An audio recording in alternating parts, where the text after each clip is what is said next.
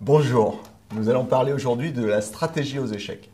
Par nature, le jeu d'échecs est éminemment stratégique. Le nombre de possibilités est si grand que les joueurs, même électroniques, ne peuvent toutes les calculer. C'est pourquoi il est essentiel de savoir quoi faire, où attaquer, déterminer un objectif. On emploie l'expression « faire un plan » qui recouvre la stratégie globale mais également ses modalités d'exécution. Il s'agit d'un plan détaillé. On peut parfois faire des plans à long terme qui résultent souvent d'une connaissance approfondie de la position. Un joueur expérimenté connaîtra les devenirs cachés d'une position, c'est-à-dire les scénarios qui peuvent se produire à partir d'une ouverture donnée. Dans ce cadre, les logiciels surpuissants, qui aujourd'hui sont plus forts que les meilleurs joueurs, peuvent être parfois supplantés par un joueur moyen dans la mesure où ils ne peuvent pas planifier. Ils se bornent à calculer toutes les possibilités dans un horizon de 10 coups environ, et dans le cas où aucune suite forcée n'est satisfaisante, ils peuvent jouer de manière quasi aléatoire, tandis qu'un joueur averti pourra savoir se diriger, préparer et anticiper sur les développements à venir 30 coups plus tard. Cependant, la possibilité de mener ces plans à long terme est rare. En pratique, les joueurs de compétition essayent de réaliser des mini-plans sur quelques coups. Le plan résulte essentiellement de la structure de pions, qui constitue le squelette de la position. Les pions sont l'âme du jeu d'échecs, selon Philidor, le fameux joueur et musicien français du XVIIIe siècle. À l'époque, c'est une formule révolutionnaire, puisque aux échecs, le but ultime est d'enfermer le roi, échec et mat veut dire le roi est mort, mais un objectif intermédiaire capital est de capturer, tuer les autres pièces pour être en supériorité numérique. Et les pions sont les éléments les plus faibles du jeu, mais également les plus nombreux.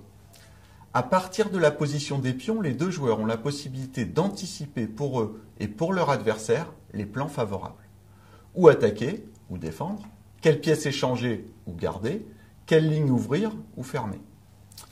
Parfois, certaines parties décisives sont abordées dans des conditions psychologiques particulières et la stratégie pour la partie devra être ajustée. Dans les fameux duels des années 80 Karpov-Kasparov, il y eut plusieurs moments intéressants. Karpov, plus âgé, était le champion en 1984. Son style était marqué par son aisance dans les positions calmes, lentes, tandis que Kasparov était un attaquant plus à l'aise dans les complications, les calculs de variantes. Dans le premier match 84-85, le vainqueur était celui qui le premier gagnait 6 parties, les nuls ne comptant pas. Karpov, plus fort au début du match, mena rapidement 5-0. Kasparov décida alors, au lieu de chercher à sauver l'honneur, de ne plus prendre aucun risque, de se mettre à défendre de manière acharnée. Corrélativement, Karpov adopta la même tactique afin d'être certain d'infliger à son rival un cinglant 6-0 qui l'aurait sans doute découragé pour la suite. Il s'ensuivit une longue série de parties nulles qui contribua à épuiser Karpov, incapable de conclure, tandis que Kasparov inscrivit 1, 2, puis 3 victoires et que le match fut alors interrompu dans des conditions douteuses. Dans le match suivant, au meilleur des 24 parties, Kasparov dominait d'une partie, mais Karpov, en gagnant la dernière, aurait sauvé le match nul et conservé son titre. Karpov avait les blancs, il ouvrit du pion roi.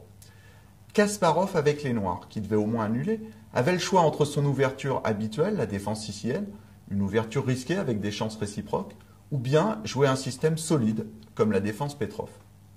Il choisit l'ouverture risquée et finalement s'imposa dans une partie fameuse. En 1987, à Séville, les rôles étaient inversés. Kasparov, champion en titre, était mené avant la dernière partie et devait s'imposer avec les blancs pour garder le titre.